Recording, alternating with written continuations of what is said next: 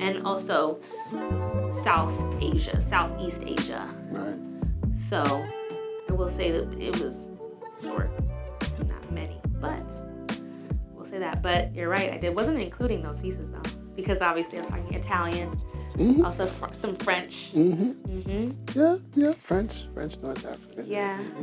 Yes. Yeah. I mean, but I too am influenced by Western art. You know what I'm saying? Like my background, from I think like photography wise, I don't know. I can't really say. There's photographers that I like, but I feel like my style is my own. I don't know. That's my humble opinion. You know what I'm saying? Like I'm not trying to put my style on any of the greats. Like my style is my own, but I think it's great in itself. You know what I'm saying? I think I love my what I see. I love what I see when I see it. You know what I'm saying? And that's how it should be. That's exactly Yeah. That's why I say that everything is pretty much art, because beauty's in the eye of the beholder. So who's really looking and who's determining whether it's art or not? And there's so many different people, so many different perspectives you could look at the same thing and see it differently. Right. Which is why someone may consider something art whereas someone else may not.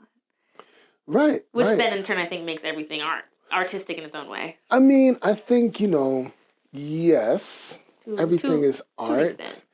I think that, what I've come to understand and to believe and to accept is that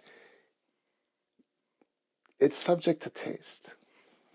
What one may consider art, another may consider grotesque. Yeah. And that's kind of what I was getting is like, you may not see any beauty in one thing where someone could fall in love with it. Right. Like blank is beautiful. Yeah. Yeah. Crazy. So Concept.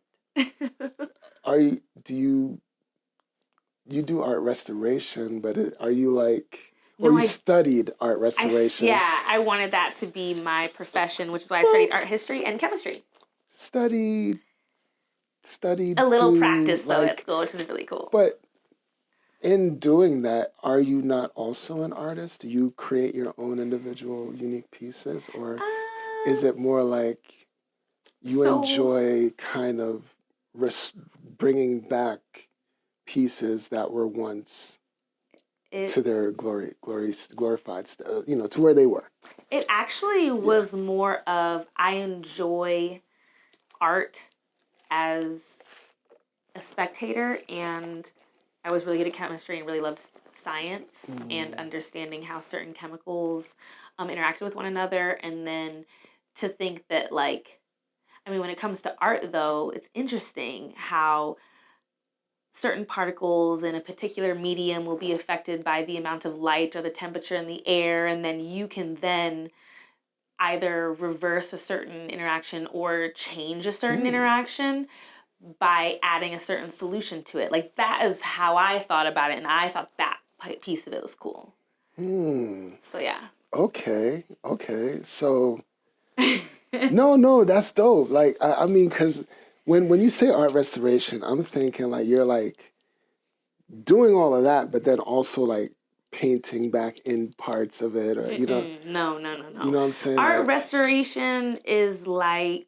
Art restoration and, like, I guess maintenance would be... Or preservation. Art preservation more than restoration. Restoration is if, like... So I say restoration because I also took a couple of archaeology classes, which are really cool. And one of my art history classes, though... So I went to University of Wisconsin-Milwaukee, and we had a art... I wouldn't even say wow, though. It's just a regular school. No, I mean, I say wow because, man, I can't imagine them winters, yo. I'm originally from Chicago, and I grew up outside Minneapolis, Minnesota. So, okay. Cold, I'm a Midwest girl. I've not been to Wisconsin, but I've been to those other two places. And one of them, I believe, is like, I don't understand. Like, how can it be like -50 in February and then like 98 and 90% humidity in August? Like, how? In the same place. You know what I'm saying? Like, yo, that's crazy. I guess it could feel like -50, but that's historical records. No, I would say. I've been there. What? Word. I mean, okay, a couple times. No, I've been there in February when it was like -50 and like. That was with wind chill. That's with wind chill. That's what that Nah. meant. What? Yeah, but I'm talking like. Where the wind stings your face, like I'm talking about where we went to the restaurant and we didn't take we didn't have to take the bridge, so we just went downstairs, walked outside, and walked around. Yo, my head was throbbing from walking. Granted, I didn't have a hat on. Were you in Minnesota or Illinois? I was in Minneapolis. Were you? You didn't take the skywalk? Well, I did. Well, we did where we parked. We didn't need to. Okay. Like, say the restaurant was on the corner and the exit for the garages, and we could have went through the building to get to the restaurant, but we was just like, let's just go outside and That's go why around. we create those, because it gets too cold. I know, but like again, why? Why is it -50 in February and then 90, 98 in August? Like, yo. Why were businesses open though? Like, why were you going to a restaurant in that weather? I mean, it was packed. Okay. It was packed. Usually they shut the city down. Like, they even shut universities down. Like, classes are canceled, offices are closed when it gets that cold. I remember in college, because I had transferred from Milwaukee to Minneapolis. And I remember one day it got so cold that all classes were canceled, all offices were closed, no one went to work, like businesses were closed. Like, what year was that though? Probably like 2015, 2016. Yeah, no, see, I'm talking like 99, 2000. Okay. Yeah, so I think, back when people used to still smoke inside and shit. Oh, okay. That was when I was walking to school. Probably like elementary school, junior high. Wow. No, elementary school. Mm-hmm. In that cold ass weather? Sometimes we have snow days, but we're Minnesota people. Minnesota people.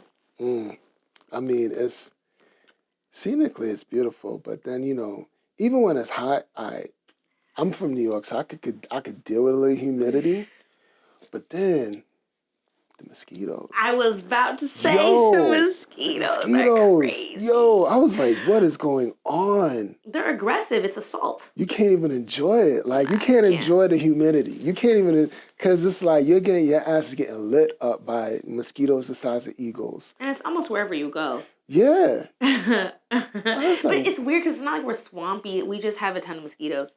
And they come from up north.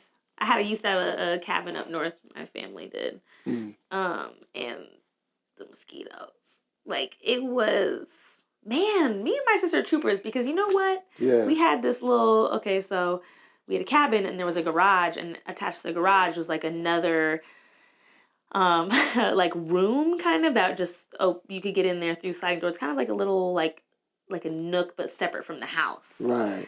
And it was next to it's like my a mud grandma's room or something, right? Yeah. It was next to my grandma's garden. So tons of plants. And what separates us from the cabin next door is pine trees. Huge pine trees. It's mosquitoes galore. Like, I swear. Mosquitoes and all the other bugs. I have like a moth phobia, actually. So there's always tons of moths. Like, it's an irrational moth fear. I mean... I don't know why. Colorado is not fun then. Especially when, like... I've screamed in my apartment. Like, literally. Like, right around now, right? Yeah. I remember there was one year, I think it was like a couple years back, where they were like migrating or something, and a few of them got in the house, and I screamed out loud, like, and I run away from them. Like, I don't like them. I swear, I'm not lying. My roommate will be like, all right. Yo, that's funny. Yeah, but, and coincidentally, my grandpa collected moths. Damn, so what happened? They were prettier moths. They were more beautiful looking in frames, dead. Not only good flying moth around is a dead like moth. they're on some substance. The only good moth is a dead moth.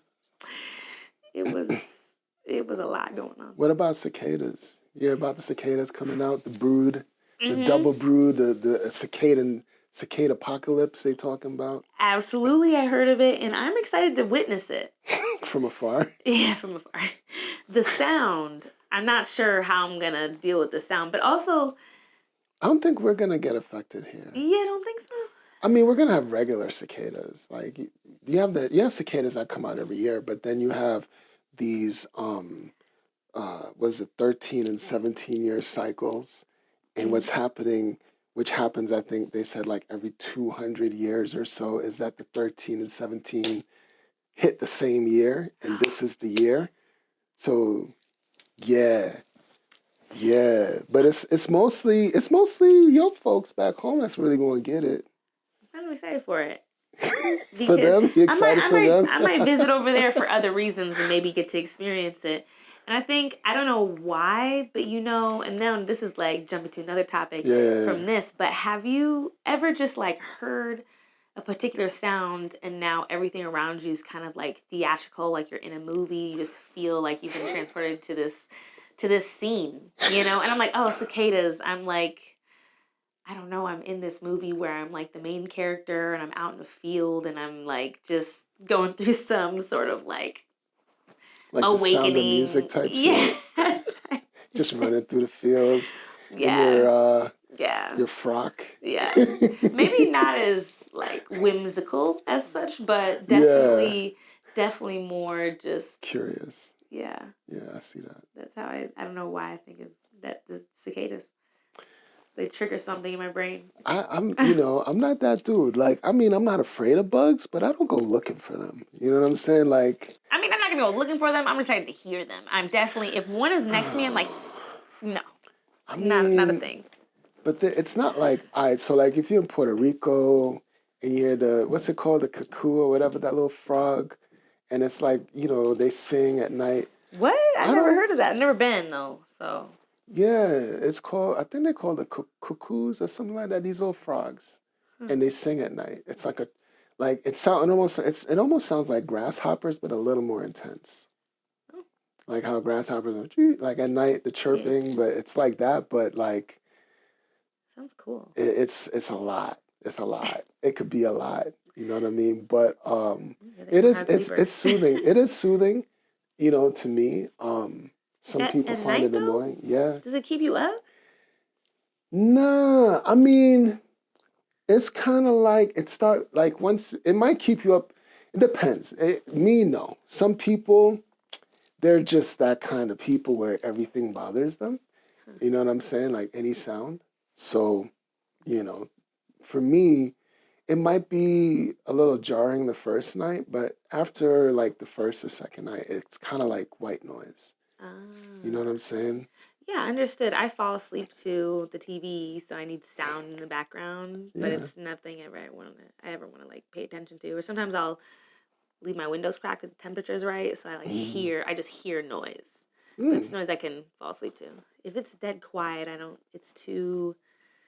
it's so deafening where I'm like, I need to focus. Yeah. I'm focused on how deafening the silence is. I feel that. And then I'm up. Yeah. And I can't rest. So. Yeah, I feel that. I mean, it's like I experienced that once. Like I remember going up to, and it's not even like crazy far, like Idaho Springs, to like an Airbnb up there. Yeah.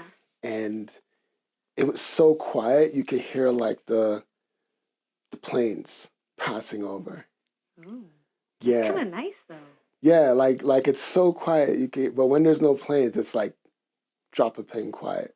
Ooh. Yeah, but you're in the middle of like the woods. Kind of freaky. Yeah, I mean. Kind of scary. I mean, I had a little anxiety around it, but I wanted to experience that, like, because that's like why I'm here. I'm like, that's why I'm in Colorado. You know what I'm saying? Like, I want to be out there and I want to experience nature because I've always been a city boy. So, I love nature. I'm a city girl, but I also love nature. I'm from Chicago originally. Grew up outside Minneapolis. We had the cabin, so it's like I got the best of both worlds growing up. Mm-hmm. And then I come here, and I still kind of got the best of both worlds. But really, I wouldn't even. This ain't even.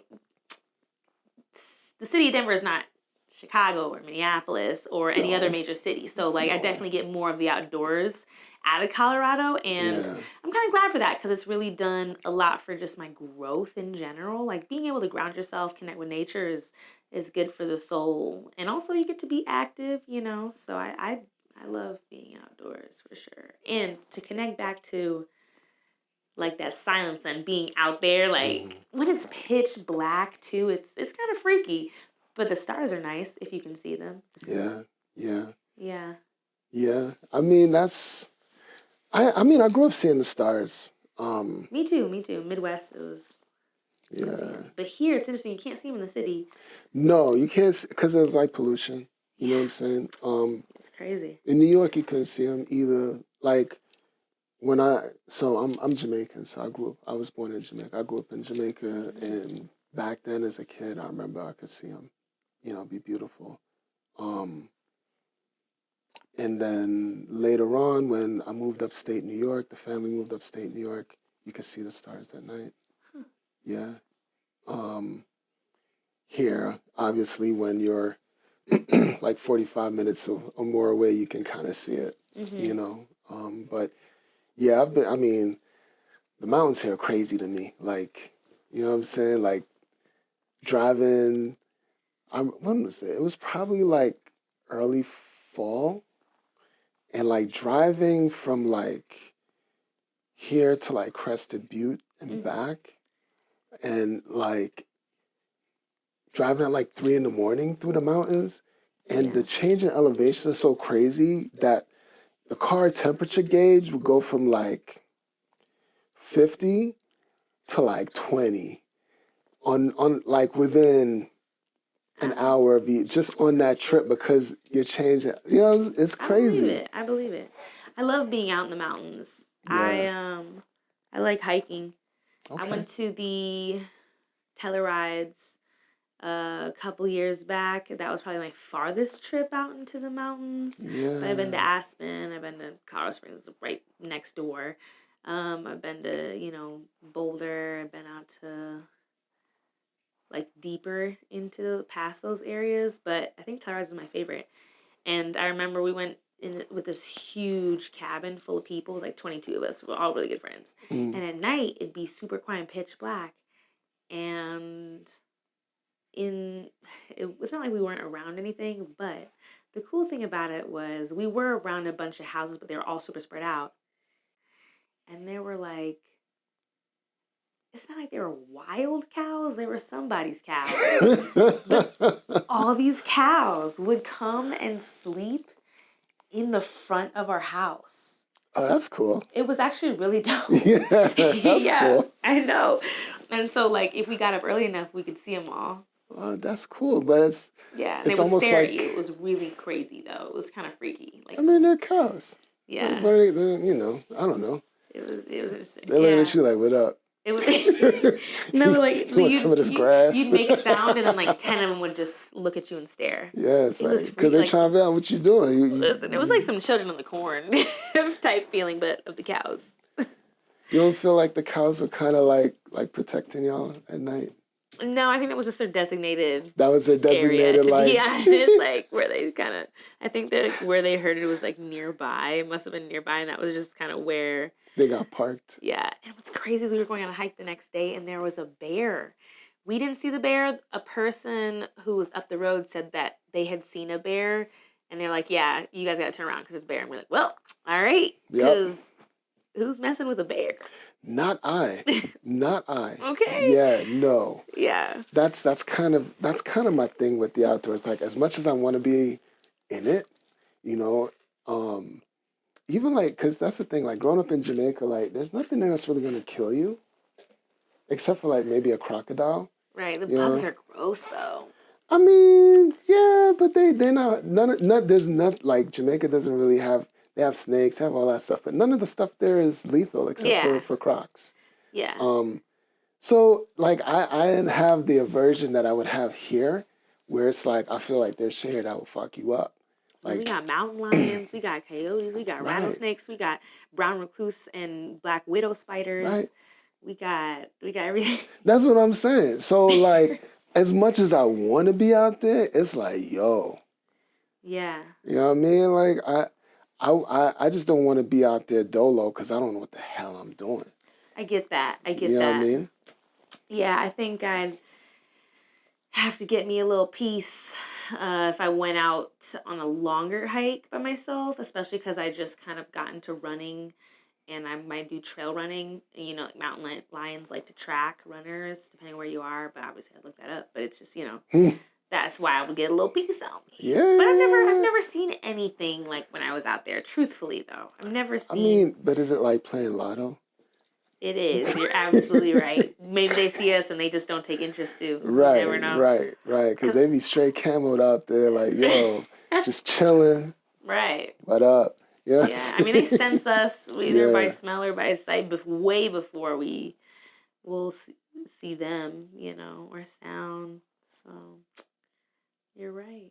But I've been on some deep hikes. I love Wow. 14ers, so Okay. I've done like 6 of them. I just did one in What? November, like in ice and snow.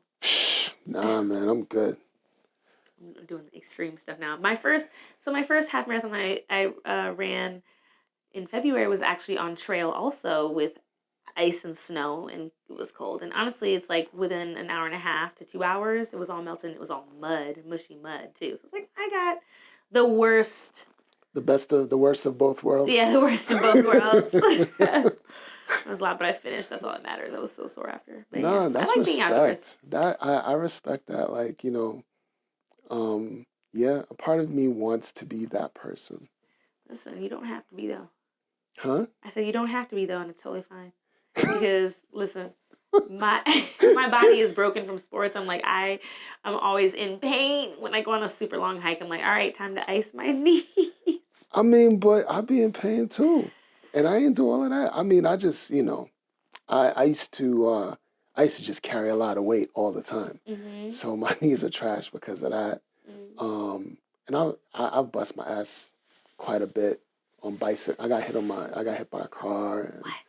yeah, so I had stuff like that. But yeah, so yeah, I mean, today's a good day. Let's say that. I Mhm. don't know what it is. I say it's the barometric pressure or something. I'm happy. Like today is a good day. You know what I Today's a mean? great day. Some days I'll be like, oh, I gotta kick this out, cause yeah, nah, today's a good day.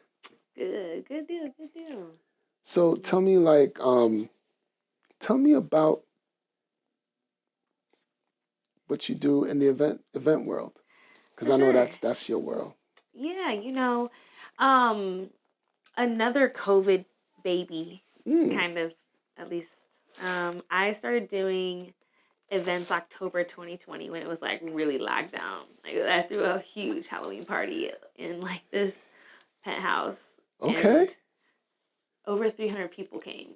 What? That's dope. Yeah. It was a lot. It was a lot. I put my all into it. I became a crazy person. But then multiple people told me that during the planning of that, like people close to me and then people kind of like after the fact have been like, you should be an event planner. And I was like, all right, let me try this. And that was that. And then it just kind of like grew into caniculture because it actually started out as wine up because I wanted it to be more Afro beats, Afrocentric, but I'm like a smoker. So, and it ended up being like cannabis events. It didn't intentionally, target cannabis users in the beginning, but then it just worked because Yeah. also to the cannabis industry at the time, we didn't really have spaces for us. The cannabis industry itself is a white man's land, which is, it's whatever. Unless you're looking at the connection between cannabis and like music, like hip hop. Mm, But in general, on the business side and every other kind of like smaller aspect of the cannabis, like it's just you don't see many of our faces as you do theirs. And so, and when it comes to events, the style of events was your typical, not necessarily like a pop up, but it's like vendor tables around a room. You just have some items kind of spread along a table, and essentially because I'm still more of like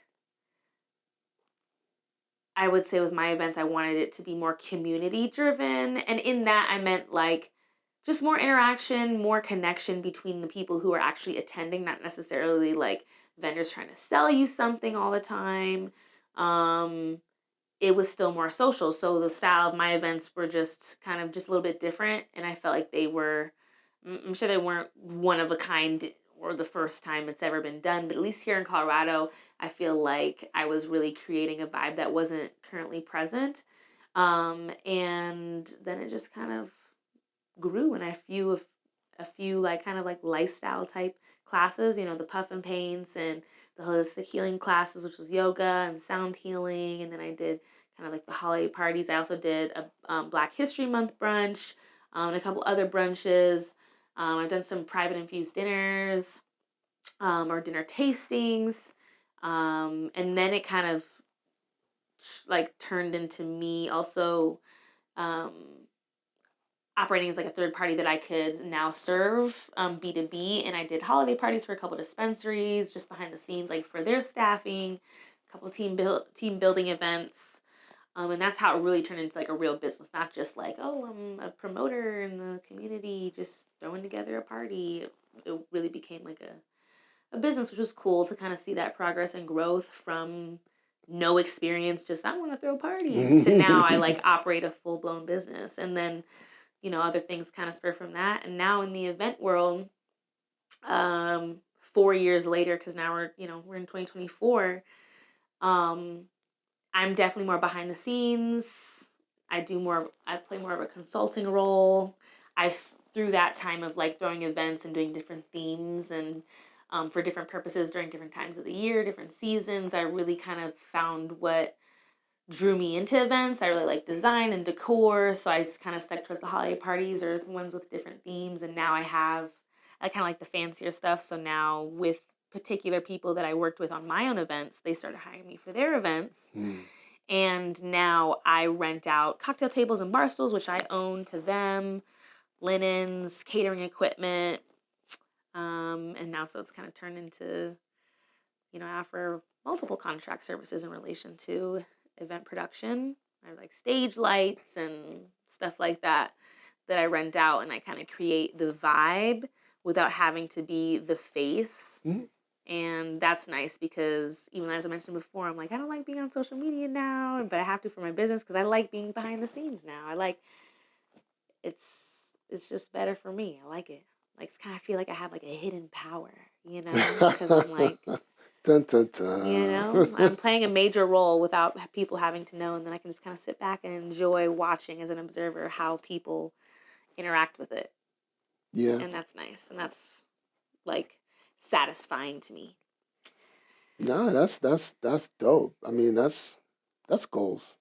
Real talk. Like that was kind of the realization I have with Beautiful. Like, okay, I'm gonna have to be this person for the brand. You know what I'm saying? Because really, I would just love to design it and magically sell it, but it doesn't work that way. I feel that. You know what I'm saying? But to get to the place where the brand can speak for itself and one can just kind of curate and coordinate from the back is definitely goals. Yes, Yeah. definitely. And I've been able to kind of grow it into like a different like form now, even in the sense that like it has a different energy to it, because now, which not many people know, because I didn't do a rebrand or anything, but I now operate under another DBA called the Fete Fairy. Fete in French is celebration, and it's kind of like fairy godmother. And I came up with that after this past year, I had done some work at some political events, which is just a different realm, kind of got a different taste of what it was to produce at a different caliber on a different type of team with different types of people. And that I really learned a lot. That's what took me out of state doing event production and out of the country. I stage managed the inauguration of the Chicago mayor last year. Dope. I worked on the July 4th celebration for the U.S. Embassy in Jerusalem. And I was part of the production team for the national or annual convention for the NAACP, the Boston chapter. Dope. And a couple of other events from that. The same company who was hiring me for those opportunities had kind of happened after that, and then now that kind of ended in the fall, and then I kind of just learned more about myself through that and what I wanted to do, and it really was just I want to produce, I want to be behind the scenes, I want to like if I can't produce the whole event, I'm adding a piece to it, whether it's rentals or maybe I'm just adding some on-site management assistance, or maybe it's some marketing material like just graphics I'm not promoting, but helping with that, or I'm setting up, I'm working with Sin setting up her DJ stand, setting up the wiring for sound and sound equipment. And so I just do a little bit of everything. It just depends on where you want to place me, or where you need assistance. So, and that's why I operate under the Fete Fairy as a contractor. And now I'm actually creating some little ebooks on how to do your own event that I hope that I can sell. Digital products are all the rage now. So I'm just like, why not try it? So I made a wedding one, and I'm working on my conference and seminar one. Okay. And then after that, I'll probably do like more of a general one. So hopefully people will bite on it, because not everybody can, afford an event planner, and they want to do their own stuff. And everyone's all about creating for themselves now, which is great, and exploring, their capabilities and what they can do. And so now I can also offer my services and helping them to teach how to do an event, but they kind of, they make it their own. I don't have to create for them. They can create for themselves. Okay. That's, I guess, how I'm also a creator in the sense of event production. Yeah. I mean, totally. Like that is a skill in itself, what I'm saying, to have the vision of what the experience will be. Yes. You know what I'm saying? Because it's like, it's really thinking about it, putting yourself in the space, not just from behind the counter, but, from the customer's perspective. Yeah. Because that's what's going to make it a successful event. Yeah, you kind of have to play it out like a movie. What is that guest experience going to be like? What do you want it to be like? And how would you ideally, envision it? Day of event, what does that look like? And then if you're working with a client, verbalize that to them or ask what they want, and then kind of come up with an idea together and make sure that all the pieces come together. And I mean, it's a production, so it's a movie. Yeah. But the show must go on. Indeed. Right? So, I mean, I'm sure, like, you mentioned a ton of events that you've produced and worked on or been a part of. What's the one that you were like, man, yeah, I could see me doing this? It was my first Halloween event. Right then I knew. I was like, I could do this. I just got to be better. That's it. That's like how I think about things. I'm like, if you know you can do something and you do it one time, well, then you have confirmation that you can do it, and now it's all about whether you want to put more energy into it. And if you do, you're going to be better. That's just that. That's how it works. The more energy you put into it, the better you're going to get at something. Generally. There's the few who just, in general, at whatever subject maybe they just aren't good at, but it just means they weren't destined. I mean, but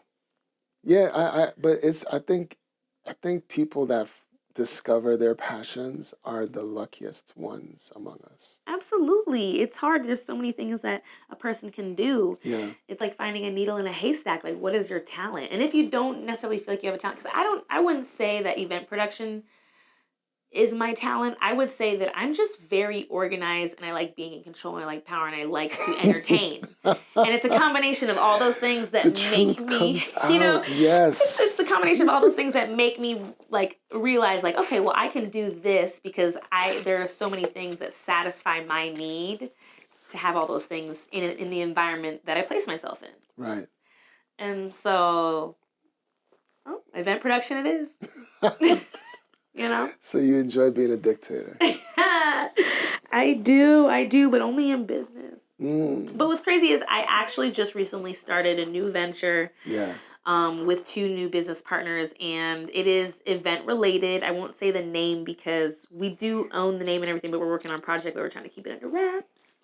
But Yeah. like, you have Just invite me to the party. definitely. We're going to pitch hopefully soon to a very, very notable figure who's been in his game for like 15 years. Okay, that's He's what's on up. tour, so hopefully we can produce for him. But if it doesn't happen, it doesn't happen. It just means they already had something set up. That's actually what we're waiting on, to see if they already have something set up. Right. But the team is very strong in the sense that like we all come from different backgrounds related to event production. We have one of my partners who is more in the music realm. I'm in the cannabis realm, but also have political experience and also nonprofit. And then we have my other partner who he's more on the marketing side, but he's worked with like NFL and like sports teams and major corporate companies, like energy drinks and things like that. Trying to be as general as possible is so crazy. I'm like, I want to brag about my business partners and how amazing they are. Well, I mean, the time will come. The time will come. You know what I'm saying? Yeah. So I'm excited to produce with them and hope that certain things come to fruition. But we'll see, because you never know. Life be life. I mean, well, it sounds like y'all are putting in the work. Mm-hmm. It sounds like y'all have some how do you say it? Some intelligence about what's happening and what the expectation is, and you're just looking for confirmation. So yeah, I mean, it's going to happen. I hope so. Mm. I hope so. If it doesn't, that just puts y'all in the perfect position for more, the next opportunity. Indeed, and there are opportunities out there, so not too worried. Not too worried. But yeah, I'm excited about it. Dope. I hope to do more. Since I did that one international event, I want to do more international events. So that could be separate from this group, or it could be with this group. We'll see. Where would you like to go? I'm planning a move to Portugal. Dope. By hopefully September 2025 is the latest, if it's feasible. But, a lot of things can happen between now and then. The earliest I could possibly go would be end of this summer. But I'm hosting a group excursion trip through a friend of mine's company that he's starting. He's starting like a travel group thing. We actually worked on an event together like 2 years ago. And so we've done business together. And so he wanted me to help him launch this. And we're going to go to Colombia in like middle of June. Dope. Start then. So okay. Yes. And if that takes off, then it takes off. Right. Hopefully Portugal's on the list. But I personally just want to get to Portugal because I've never been, but I like the scenery, I like the vibe, but like the market's doing real well over there. Right. And I want to be like a digital nomad. I want to be remote. I think that's also too why I'll mostly likely be stepping out of the event world, even more so unless it's international events, because I'm trying to enter a new chapter in my life where I'm more at peace and more so exploring and experiencing the world. I don't want to be so focused on staying connected with where I'm at. Because in my mind, I think that I just don't, it's not like FOMO where I want to miss out. It's more like there's so much to see. Why not, if I can make it work, I'm going to make it work, and I should do it now. Yeah. Because you just never know when you're not going to be able to. No, I see no reason why you shouldn't. Like I think that's goals again. And I hope it works out. I got irons in the fire as we speak, and it's just so stressful planning a big move like that. Anyways. Well, but you've given yourself ample time. You know what I'm saying? You've kind of put all the pieces in place, and it's like you plant your seeds and you water it and you tend to it, and then Yeah. eventually you could bite into that fruit. Right. I hope it works out. I'm excited. Well, it's going to because you tending the field, yo. That's what I'm saying. That's all I can do. Right. And then the tree or whatever you tending is going to do what it do. Absolutely. You So know you what I were mean? talking earlier about how you want to kind of like switch neighborhoods. Do you think you're going to be in Colorado for forever? I don't know. I don't know. Work-wise, it's easier to be here. Mm. I can be somewhere else, but it just makes it a little more challenging. Um, for what I'm doing with this, I kind of feel like it's born of this space. You know what I'm saying? I don't know, but I don't know. I I, I haven't like I'm not even really sure, to be honest. Like Gotcha. the idea is that this does its thing, and with that we can do whatever we want. You know what I mean? But again, planting seeds, tending the garden, and you know what I mean. Yeah. It's a very capital intensive business. Listen, I understand that Yeah. completely. I understand that completely. So it's definitely a labor of love. It's a little crazy. It's a little insane, but you know what I mean. Like I'm compelled to do it. I don't know. I don't know. Like I think every entrepreneur or person doing that thing has a moment where they're like, "What the hell?" Yeah. I have it all the time. It's not even just one singular moment. I know. It's a combination of moments that just kind of happen over time as you hit these either milestones or stumps in the road or just Yeah, you hit a find yourself. pothole or you hit a speed bump or Yeah. you get in the fast lane. Right. Yeah. Right. So I get it. I get it. I get it. That's cool. That's cool. And I do get what you mean by, you feel like this brand was born of the space because of, I guess, what was going on during the time that came about. Yeah. So Yeah. It definitely came out of that time and whatever was happening and just like I don't know, I feel like it's a gift from the ancestors. Like I feel like and that's why it's crazy to me because how it came to be. Like I wasn't really trying to do this. gotcha. Yeah, Like sometimes how it works out. it just it was like so again I had that dream and it's like in the dream um so I used to manage a buying office. Oh. So in the dream I'm in the buying office in a conference room with buyers and we're talking about my brand Beautiful and what they're gonna buy. You know what I'm saying for their store. And in the dream, I don't like, it's like, I don't know how to put this, but it's like, I remember being there. I remember what happened. I remember the vibe, but I don't remember who was there. I don't remember I didn't see what Beautiful looked like in the dream or any of that stuff. Huh. I just knew that's where I was and that's what was happening.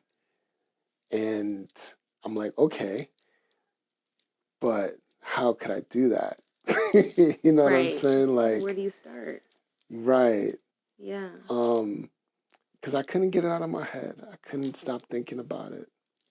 And so I jumped on Illustrator and played around and did a few different phonetic spellings of it and sent it out to a few people to kind of get feedback and nobody kind of noticed the different spelling. Huh. Okay. So once I got understood that, then I figured I could spell it the way that I wanted to aesthetically, and it would still translate phonetically. Yeah. Absolutely. Yeah. Love it. Thank you. Love it. Love it. Thank you.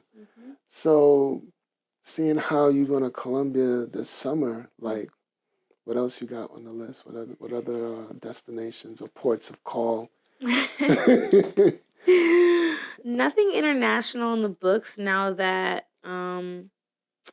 I'm working towards Portugal because the earliest could be like end of summer. So I'm like, well, I'm not gonna plan anything. Right. If it doesn't work out by the end of the summer, because there are a lot of steps that I am aware of, but I'm like, it doesn't specify the processing time, and I'm just like, okay, it's gonna take me a while to get this taken care of. I have a trip. I would have to say bye to family. My lease is up in September. There's a lot of different things. Um, that yeah, I haven't really planned anything, but if I don't move this year and I end up having to move next year, and I did want to do another international trip, I'd probably try to go to Peru. Mm, okay. Yeah, I really want to go there. Okay. Yeah. Very cool. Mhm. Very cool. So we'll see. Japan is on the list, but I want to settle in Japan. So I'm like, that's long term. Okay. Yeah, it's That's childhood dream. okay. Anime dream or just Yep, like anime culture, the safety, the cleanliness, right. um, and just the style. It's cool. It's just everything about it is just kind of like it's almost like a fantasy to me. But it's Yeah. like a fantasy that I'm like, okay, well, I could live in that fantasy if I want to. So maybe I might as well try, and see what it's like. I mean, the more I think about it, it makes sense because as a society, they're going to have to innovate to deal with the shift in age in their population anyway. Yes. And Yeah, they're living so long. well, they're living long, and folks ain't having kids, so Yeah. it's like, well, who's going to take care of the ones that are older? Interesting. So they're innovating because I mean that's the truth. Unless everyone starts having babies tomorrow, and even if they did, it would still probably be a generation or two until it tips the scale. Yeah. But yeah, no, that's a conversation that Japan is Having. grappling with because Wow. yeah, their society, China's going to be in the same boat probably like in another generation. That one child policy kind of screwed them for because now their population is going to age. You're not going to have enough of a younger workforce to take care of. I mean, we're having somewhat of that issue here, but not to that degree. Like I feel like Japan, South Korea, and I forget the other country. I think China. South Korea is also on my list, but they're like extra racist over there. I have some Korean, a couple Korean friends, and I also follow a couple Korean influencers, and one of them particularly talks about he lives in America now, but he talks about in particular racism from like the older folks, and it's not like in Japan you might experience like racism out of ignorance, in which case they've learned everything about like Black people through media. Yeah. But in South Korea, it's like also learned and inherent and some ignorant racism. It's just regular racism. Occasionally, but that's not the whole country. I'm not saying that's all the people, but that's just what I've gotten from people who have experienced that being Korean, like who's seen it, or they've been around it. So I'm like, okay, well, I will take your word for it. All right. I got Korean friends that have said as much, and that I feel like I don't know, my Korean friends are more comfortable talking about race than my other Asian friends that I've had. I don't know. Maybe that's just my perspective, but I feel like we get to that conversation pretty early in our friendship or whatever. You know what I'm saying? Yeah. Did you see recently they had like this racial profiling thing in Japan with the police there? No, I didn't. Yeah. Was it AI related? No. Okay. I think they were. Don't quote me on this, but I Okay. feel like I'm they gonna have were to look it racial up. profiling South Asians. What? Yeah, like Indians. Interesting. Yeah. Huh. Yeah.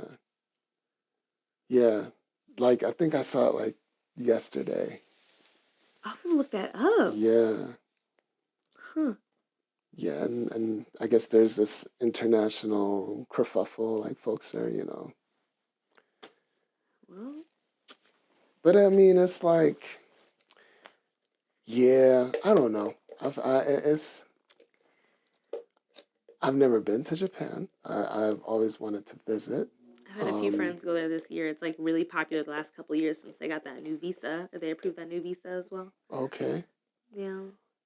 Well, I mean, yeah, and the economy was as such where I think it was a bit more affordable to go. Yeah, absolutely. Yeah, because they didn't really react to inflation the way they did here, at least until recently. I think that's changed. But um, no, I mean, as a photographer, I've always wanted to go to Tokyo and do street photography and like just, You have to. you know what I'm saying? You have to. Yeah. Yeah.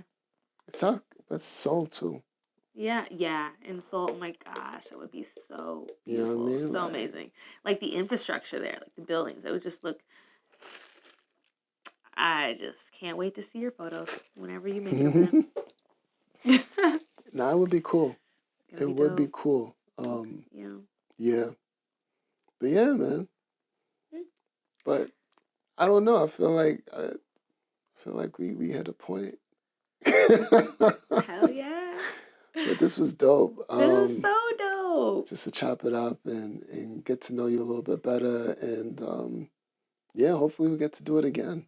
Absolutely. You let me know anytime. You know, I love to chit chat. Chit Mm-hmm. chat away. We just go on and on and on. It was nonstop. It was Hell great. yeah.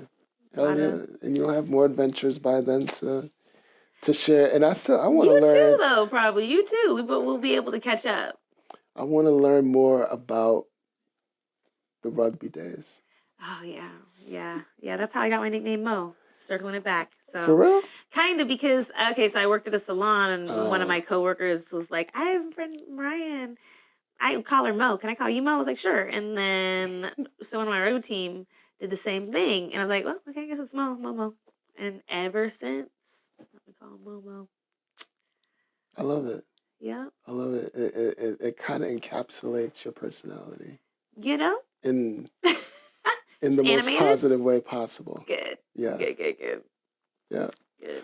Well, Momo, thank you for being on Bhuetful People. Let's do this again. And yeah, anything you want to say before we jump off? Or you want to, I know you, well, we're not even going to talk about socials because I know you're not trying to be on the socials. Like, I'm really not. One of these days, I'm going to just disappear and just enjoy nature and be out in the world. I feel like that's the next level of like... It's my dream. Of, how do I say this? The next level of like luxury is like the ability to disappear. Yeah. I feel like it's going to be harder to disappear going forward. Much harder. Well, I guess I don't even know. I don't have any like closing words. Just to keep going. Yeah. Awesome. Thank you. Thank you. Dope. Yay! Yeah.